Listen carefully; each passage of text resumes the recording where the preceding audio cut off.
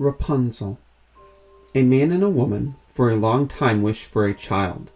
At long last the woman felt the stirring of a child in her. The couple had a little window in the back of their house from which a splendid garden could be seen. It was full of the most beautiful flowers and herbs. However, it was surrounded by a high wall. No one dared to climb the wall or break into the garden because it belonged to a dreaded witch with great power. The world feared her. One day the woman was standing by the back window and looking down into the garden. She saw a bed that was planted with the most beautiful rampion. Its leaves looked so fresh and green. She longed for the rampion and had the greatest desire to eat some. Her desire for the rampion increased daily, and she knew she would not get any. The woman started to become depressed. She started to look pale and miserable. The woman's husband noticed the change in his wife. "What ails you, dear wife?" the man asked. "Ah," she replied, "if I can't eat some of the rampion that is in the garden behind our house, I fear I shall wither away and die." The man, who loved his wife very much, thought, "I can't watch her die. I'll bring her some of the rampion myself, no matter the cost." As night fell, he climbed over the wall and into the witch's garden. The man quickly grabbed a handful of rampion. He heard something behind him and spun around quickly, but nothing was there. His eyes darted around searching. His heart rate quickened. Seeing nothing under the moonlight in the garden, the man darted home to his wife. The man handed his wife the rampion. She at once made herself a salad of it and ate it greedily. It tasted so good to her, so very, very good, that the next day she longed for it 3 times as much. If she was to have any rest, her husband must once more descend into the garden. In the gloom of evening he let himself down again.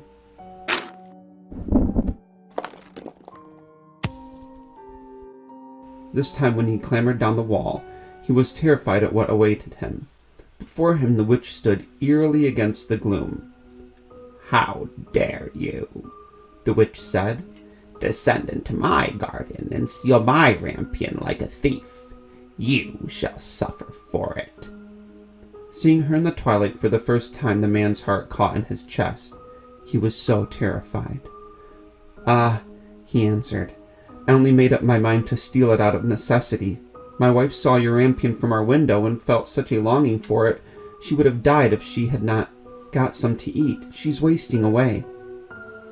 The witch allowed her anger to soften. Her gaze grew more friendly. "If the truth is what you say, I will allow you to take away with you as much rampion as you will. I only have one condition. You must give me the child that your wife is currently carrying in her stomach. I will treat it well, and I will care for it like a mother." The man in his terror agreed to the witch's demands. He left with all the rampion his wife would ever want, all the rampion she could ever wish for. Finally the day came. The woman had come to the end of her pregnancy. She was born a perfect little baby girl. The woman gazed upon her child for the first time, and love radiated through her. At that moment the witch appeared. The man froze. He knew exactly why she was there. His wife gazed upon the witch and screamed. The witch moved at a speed that seemed impossible for her age. Before the woman had finished screaming, the witch had already arrived beside her, swooping the child under her arm. She met the man's eyes. "Her name's Rapunzel," the witch snickered.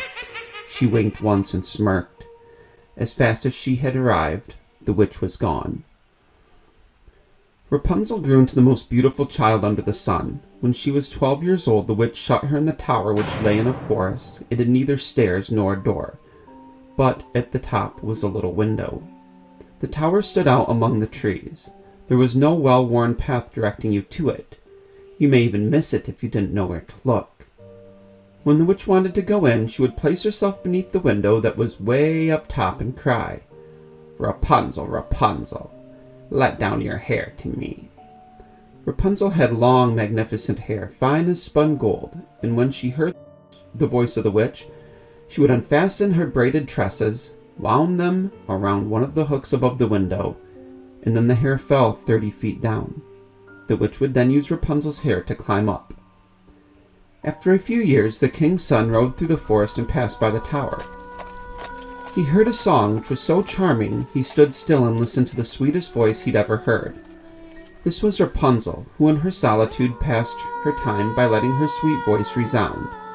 The king's son looked in vain for the door of the tower. The singing had so deeply touched his heart that every day he went out into the forest and listened to it. One day he was standing by a tree and he saw the witch. She brought herself beneath the window and looked straight up.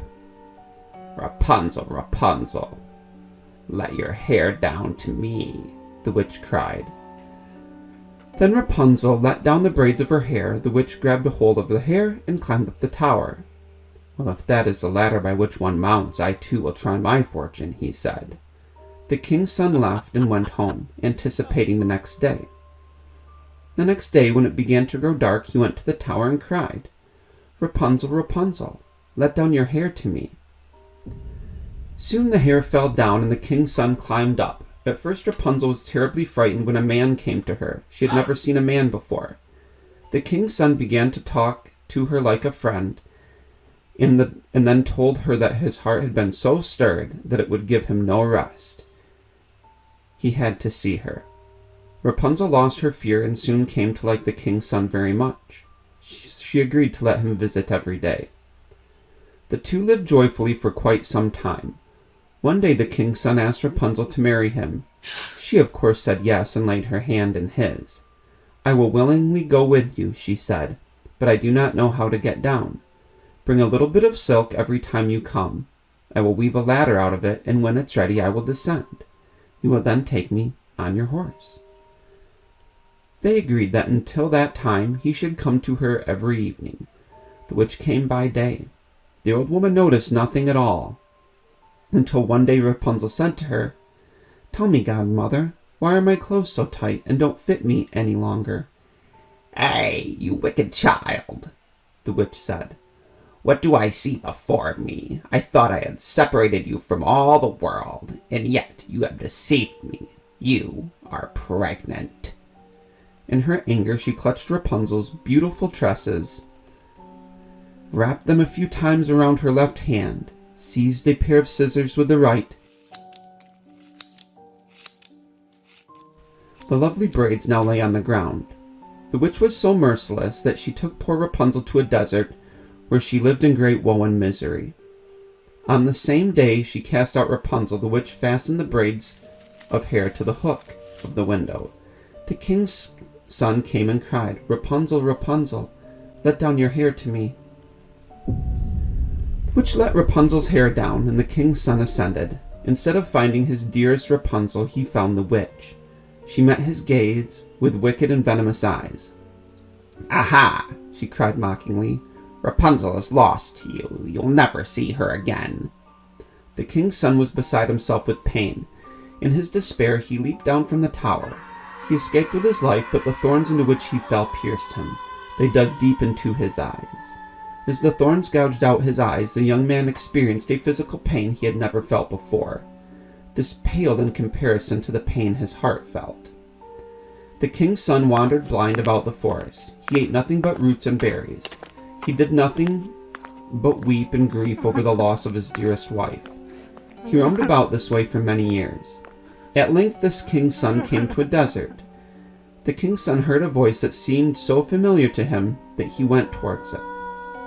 When Rapunzel saw him, she fell on his neck and wept. Rapunzel had been raising their twin boys, and they lived in wretchedness. 2 of her tears wet his eyes. The king's son blinked twice. His vision was clear again. He could see once more. And the king's son led Rapunzel and their twins to his kingdom. There they were joyfully received, and they lived happily ever after.